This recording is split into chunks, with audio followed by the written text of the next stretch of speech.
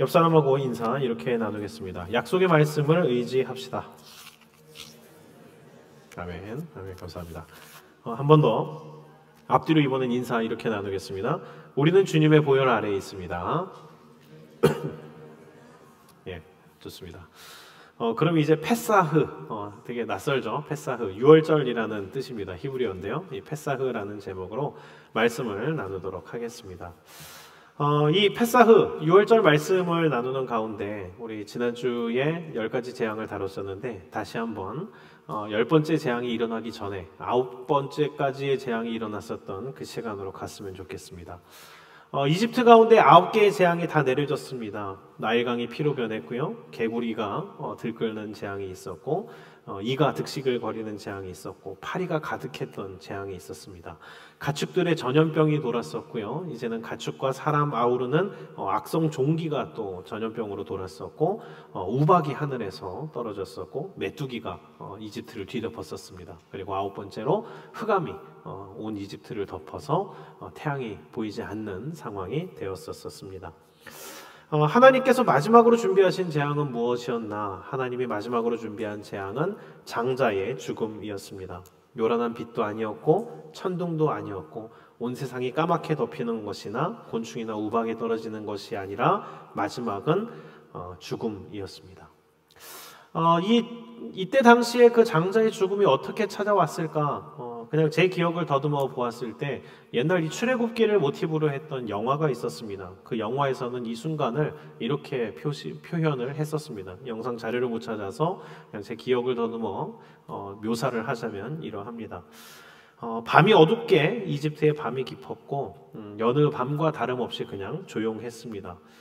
도시의 군데군데에 그런데 이제 좀 다른 점들이 비치는 거죠. 어느 집 문에는 빨간색 피가 발라져 있고 어느 집에는 그렇지 않았습니다. 그리고 이제 카메라는 이집트의 각 집들을 보여줍니다. 평범한 이집트 사람의 집, 그리고 이스라엘의 사람의 집 해서 어린이들을 재우는 집도 있었고 그냥 부부가 같이 잠드는 집도 나옵니다. 그리고 마지막으로 바로가 자기의 아들을 재우고 자기도 침상에 드는 장면이 나옵니다. 그리고 카메라가 어떻게 정경을 잡냐면 되게 인상이 깊었는데요. 이집트의 도시의 밤을 멀리서 넓게 광각 앵글로 잡는 겁니다. 그래서 도시가 조용하게 다들 잠든 밤이 되었고 이집트의 집들이 곳곳에 보입니다. 그러다가 갑자기 어느 순간에 집집마다 울음이 터져나오기 시작하는 겁니다. 으아, 여보, 아들아, 할머니, 막 이런 울음소리, 사운드들이 이제 여기저기서 나오기 시작하는 겁니다. 세상에 처음을 지나서 둘째부터 나오는 생명이 없습니다. 어느 집안이든 이 장자의 죽음이라는 하나님의 심판 가운데 무엇을 보고 경험하게 되느냐면 반드시 어느 집안이든 죽음을 경험하게 되었을 것입니다. 어떤 집안은 아버지가 죽었을 수도 있고 어떤 집안은 어머니가 죽었을 수도 있고 어떤 집안은 할머니나 할아버지 아니면 기르던 반려견이나 반려묘가 죽었을 수도 있고요. 어디는 아들만 죽었을 수도 있고 또 심지어 어느 집은 엄마, 아빠, 첫째까지 해서 모두가 죽었을 수도 있습니다.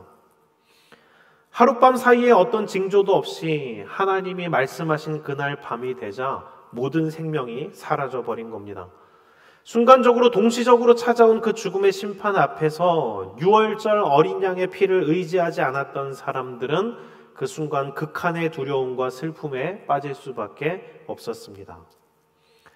대항할 수 없는 심판, 그저 찾아온 사건, 일어나버린 죽음이라는 역사 앞에서 그저 자신이 대상이 되지 않았을 뿐 대항할 수 없었고 피할 수 없었고 어쩔 수 없는 그 심판 앞에서 이집트의 모든 사람들, 백성들과 신하들과 그 강팍한 바로까지도 이제 완전히 좌절하고 절망하고 무릎을 꿇을 수밖에 없었습니다. 바로는 자식의 죽음 앞에서 애도할 순간도 없이 모세와 아론을 급하게 부르게 됩니다. 지금까지 하나님이 하지 않으셨을 뿐 자신뿐만 아니라 이집트의 모든 백성이 한순간에 목숨을 잃어도 전혀 이상할 게 없다라는 사실을 그제서야 깨닫고 두려움에 떨며 내쫓듯이 이스라엘 백성들이 나가주기를 그제서야 모세와 아론에게 청합니다. 그리고 나가려는 모세와 아론을 붙들고 두려움 가운데 한 가지를 더 부탁합니다. 뭐냐면 자기를 위해 축복해달라고 합니다. 자기가 안 죽을 수 있게 모세에게 그때서야 간청을 하는 겁니다. 스스로를 신이라 칭하던 바로도 코앞으로 찾아온 죽음 앞에서 자기가 무력한 죄인인 인간이구나라는 것을 드디어 깨닫게 됐었던 겁니다.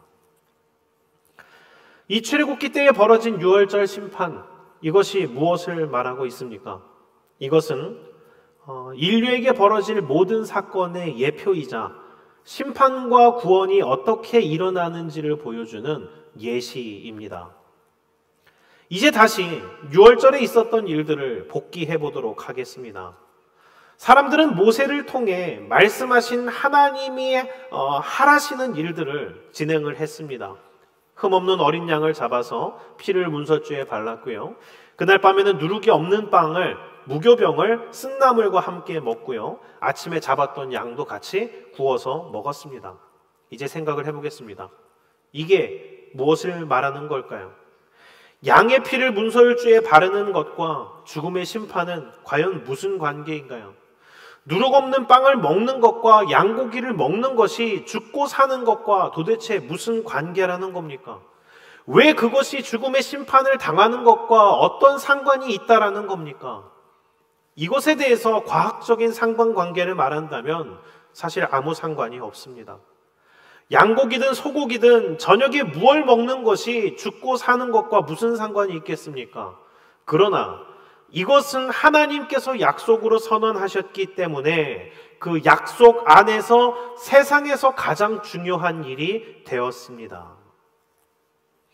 예전에 그런 일이 있었습니다. 제가 개인적으로 겪었던 일인데요. 신혼 초기 때입니다. 아내와 백화점에 쇼핑을 하러 갔습니다.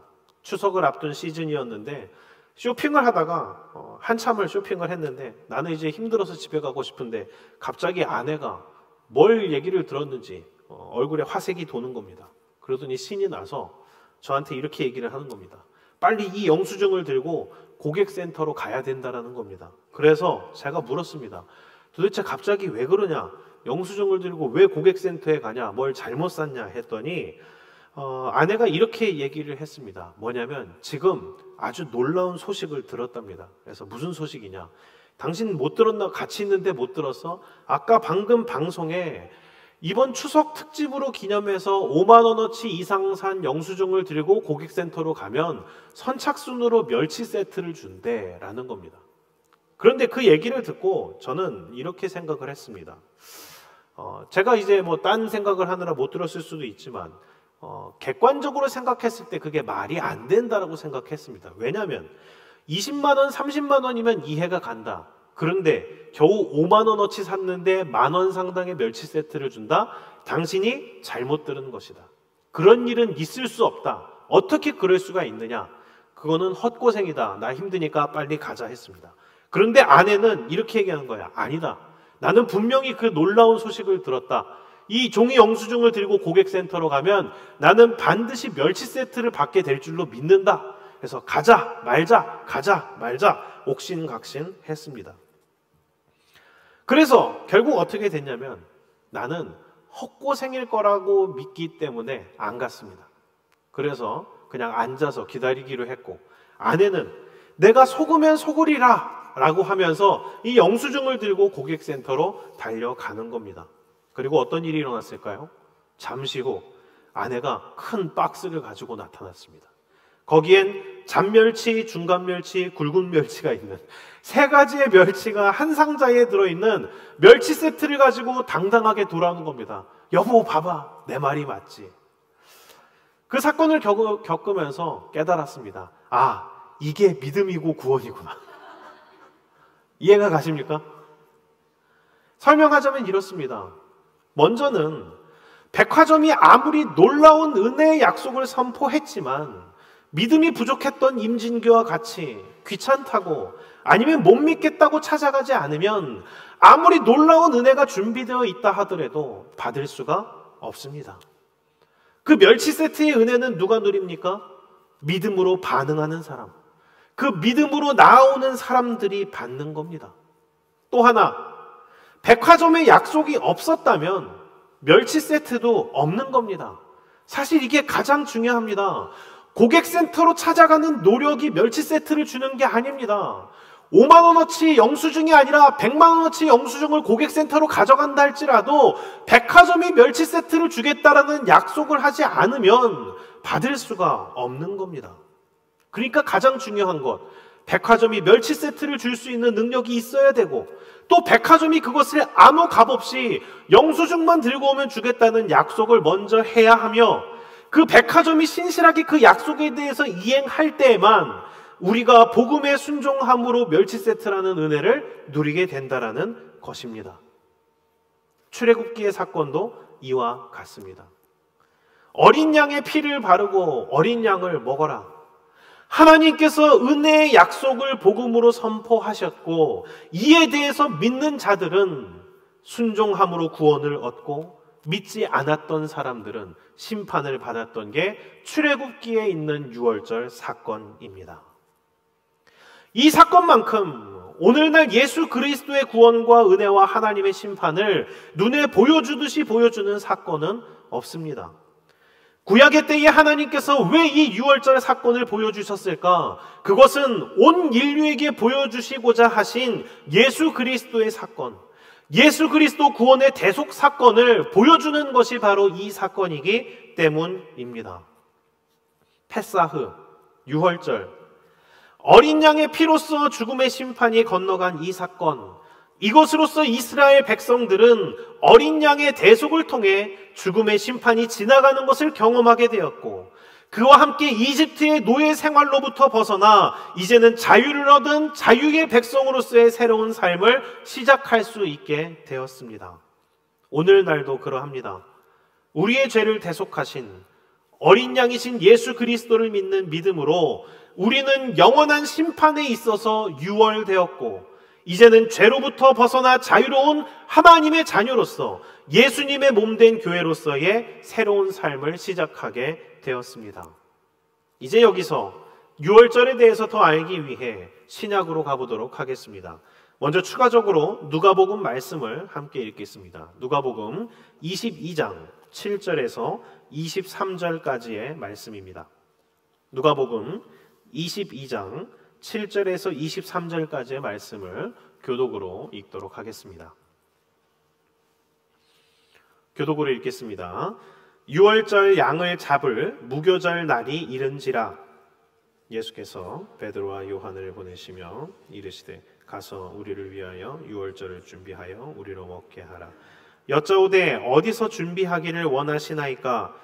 이르시되 보라, 너희가 성내로 들어가면 물 한 동이를 가지고 가는 사람을 만나리니 그가 들어가는 집으로 따라 들어가서 그 집 주인에게 이르되 선생님이 내게 하는 말씀이 내가 내 제자들과 함께 유월절을 먹을 객실이 어디 있느냐 하시더라 하라. 그리하면 그가 자리를 마련한 큰 다락방을 보이리니 거기서 준비하라 하시니 그들이 나가 그 하신 말씀대로 만나 유월절을 준비하니라. 내가 이름에 예수께서 사도들과 함께 앉으사 이르시되 내가 고난을 받기 전에 너희와 함께 이 유월절 먹기를 원하고 원하였노라. 내가 너희에게 이르노니 이 유월절이 하나님의 나라에서 이르기까지 다시 먹지 아니하리라 하시고 이에 잔을 받으사 감사기도 하시고 이르시되 이것을 갖다가 너희끼리 나누라. 내가 너희에게 이르노니 내가 이제부터 하나님의 나라가 임할 때까지 포도나무에서 난 것을 다시 마시지 아니하리라 하시고 또 떡을 가져 감사기도 하시고 떼어 그들에게 주시며 이르시되 이것은 너희를 위하여 주는 내 몸이라. 너희가 이를 행하여 나를 기념하라 하시고 저녁 먹은 후에 잔도 그와 같이 하여 이르시되 이 잔은 내 피로 세우는 새 언약이니 곧 너희를 위하여 붓는 것이라. 그러나 보라, 나를 파는 자의 손이 나와 함께 상위에 있도다. 인자는 이미 작정된 대로 가거니와 그를 파는 그 사람에게는 화가 있으리로다 하시니 함께 읽습니다. 그들이 서로 묻되 우리 중에서 이 일을 행할 자가 누구일까 하더라. 아멘. 오늘 읽은 누가복음 말씀에 의하면 유월절이라고 하는 무교절이 가까이 다가왔습니다. 신약의 때의 이날은 출애굽기 때의 유월절 사건을 기념하는 절기입니다. 이스라엘 백성들에게 있어서 유월절은 이스라엘 백성들이 죽음의 심판을 넘긴 날을 기념하는 시기이기도 하고, 이 이스라엘 사람들이 이집트로부터 이전에 독립된 것을 기뻐하는 날이기도 합니다. 다시 말하면 이스라엘 백성들에게 있어서 이 유월절은 하나님의 예언과 약속의 성취를 기념하는 날입니다. 이날 절기의 특징은 누룩 없는 떡과 쓴 나물을 먹고 어린 양을 잡아서 희생제물로 드리고 또 그 어린 양을 같이 먹는 겁니다. 우리가 말씀으로 읽은 이 시기 가운데 예수님과 제자들이 유대인들이 항상 유월절을 지키듯이 이제 유월절을 지내기 위해서 준비를 해야 했습니다. 그래서 제자들이 먼저 질문을 합니다. 어디에 준비를 해야 할까요? 이렇게 물었더니 예수님은 앞으로 너희는 도시에 들어가면 물 항아리를 지고 가는 사람을 만날 것이다. 그 사람을 따라가면 준비된 장소를 만날 수 있을 것이다. 거기에 예비해라 라고 예언을 하십니다. 제자들이 순종해서 나가 보았더니 그 예언이 정확히 맞아 들었습니다. 이를 통해 우연이 아닌 미리 모든 것을 아시며 미리 준비하시는 하나님을 우리는 만날 수가 있습니다. 대단하지 않습니까? 그 시간에 정확히 누가 지나갈지를 아셨고 또 그가 순순히 제자들을 영접하여 유월절을 지낼 수 있도록 도울지를 과연 어떻게 알았겠습니까? 그런데 우리는 여기서 이 정도의 예측과 섭리로 멈춰서는 안 됩니다. 하나님의 스케일은 그 정도가 아니죠. 하나님께서 준비하신 유월절의 준비가 지금 이때가 아니라 언제부터 시작되었습니까? 바로 우리가 아까 읽었던 출애굽기 때부터. 하나님께서는 그 옛날 모세를 통해 유월절 사건을 일으키셨을 때부터 지금 예수 그리스도가 있으신 이때까지 유월절을 준비하셨었던 겁니다. 하나님께서는 지금 신약의 때에 이를 때에 예수 그리스도를 통해서 하실 일이 바로 이것이라는 것을 보여주고 알려주시기 위해 그때는 이해도 하지 못할 문설주의 어린 양의 피를 바르고 어린 양을 먹으라는 것을 알려주시고 이를 규례로서 이스라엘 백성들에게 쭉 지켜오게 하셨습니다. 그리고 예수님의 때에 이르러 유월절을 기념하는 날에 예수님께서 이때가 유월절 기간인데요. 그 유월절을 기념하는 날에 유월절의 의식대로 예수님을 통해서 유월절을 완성시키셨습니다.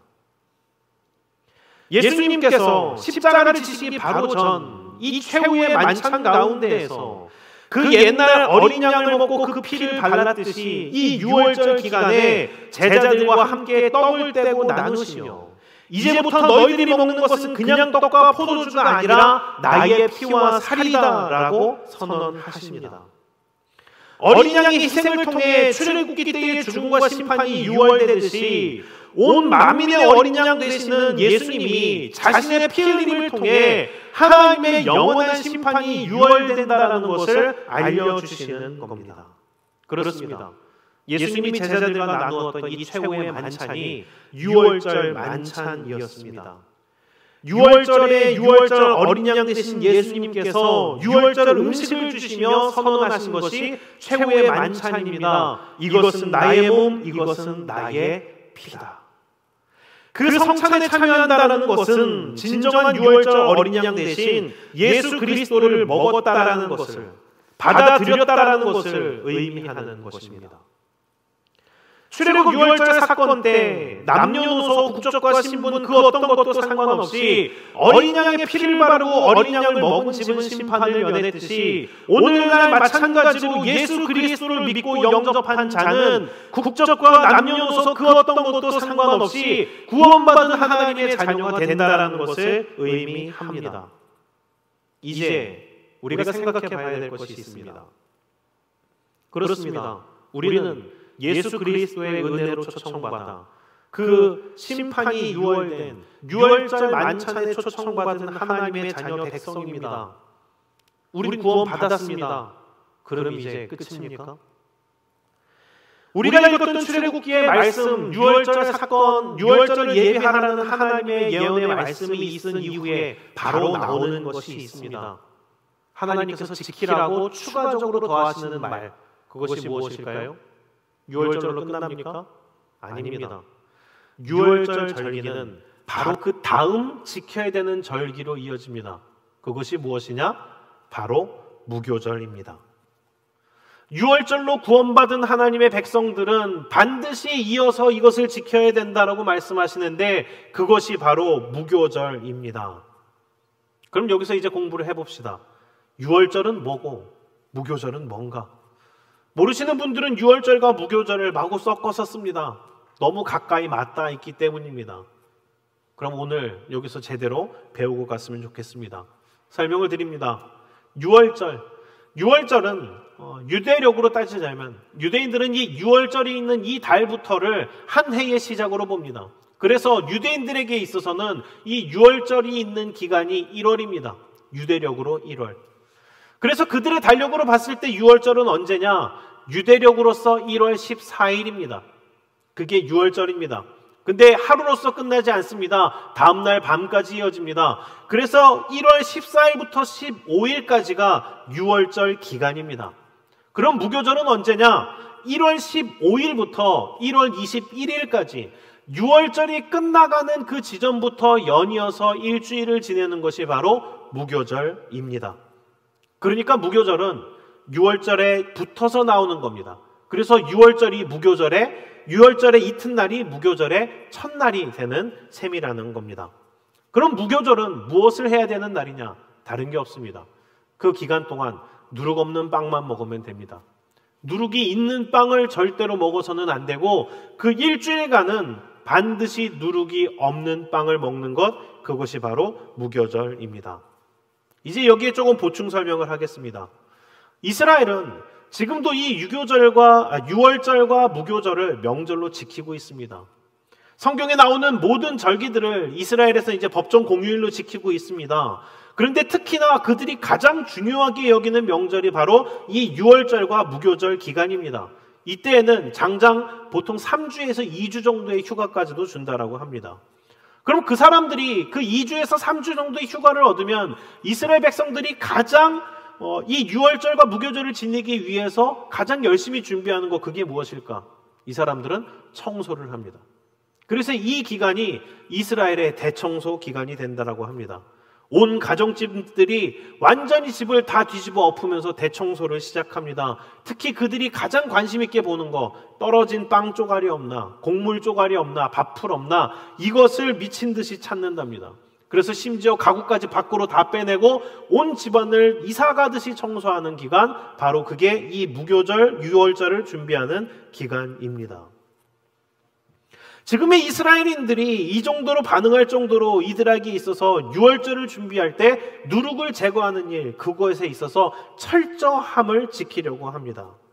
그렇다면 중요한 게 있습니다. 유월절을 지내기 전, 그리고 유월절을 지낸 후, 그래서 이 무교절을 지키라고 하나님은 왜 말씀하신 걸까요? 도대체 그 누룩이 뭐라고, 그것을 그렇게 없게 해야 된다라고 하나님께서 이렇게 철저하게 지키라고 이야기를 하신 걸까요?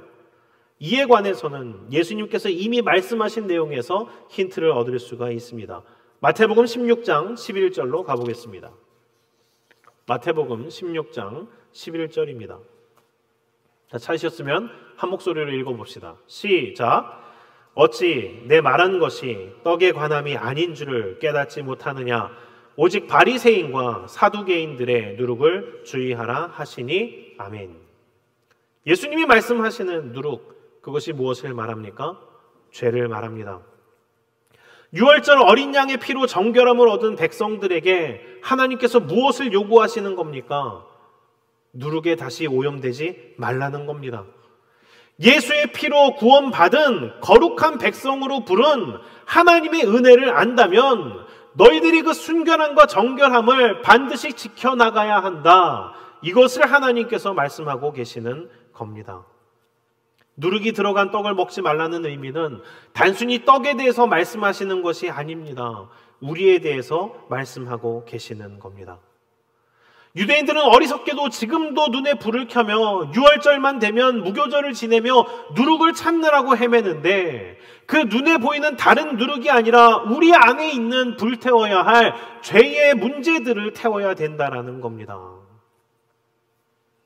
예수 그리스도의 놀라운 대속의 은혜로 구원받은 하나님의 자녀, 그 놀라운 은혜를 입은 우리이지만 사실 우리의 삶들을 뒤돌아볼 때 안타까운 게 있습니다. 뭐냐면 구원을 완성으로 알고 하나님께서 기뻐하시는 성화로 나아가려는 걸음을 걸으려고 하지 않는다라는 겁니다. 그런데 이것은 대단한 착각입니다. 출애굽기로 치면 이런 겁니다. 6월절 사건으로부터 애굽으로부터 이제 탈출을 시킨 그 이스라엘 백성들인데 사실 이건 시작인데 가나안 땅까지 가려고 하지 않는 것과 똑같습니다. 이집트에서 벗어나 이제 나왔으니 다 이루었다 하면서 그 이집트 코앞에서 머물러 있으려고 하는 겁니다. 아닙니다. 6월절은 시작입니다.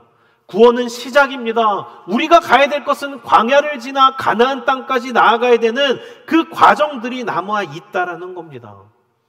그렇기 때문에 우리는 무엇을 해야 됩니까? 우리의 삶 가운데에서 누룩이 묻어나는 것에 대해서 주의해야 합니다. 이제 고린도전서 5장 6절에서 7절을 보도록 하겠습니다. 같이 읽겠습니다. 시작. 너희가 자랑하는 것이 옳지 아니하도다. 적은 누룩이 온 덩어리에 퍼지는 것을 알지 못하느냐.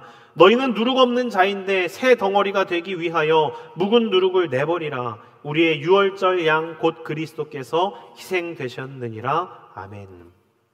성경은 말합니다. 예수 그리스도의 희생으로 살게 된 걸 아는 사람이라면 누룩에 대해서 경계해야 될 것이 아니냐. 예수 그리스도의 은혜로 값없이 구원받은 우리지만 우리의 하나님이 거룩하신 하나님이시기 때문에 우리에게 거룩함을 요구하신다는 사실을 우리는 기억하고 있어야 합니다. 예수 그리스도의 은혜로 구원받은 우리가 어떻게 함부로 삽니까?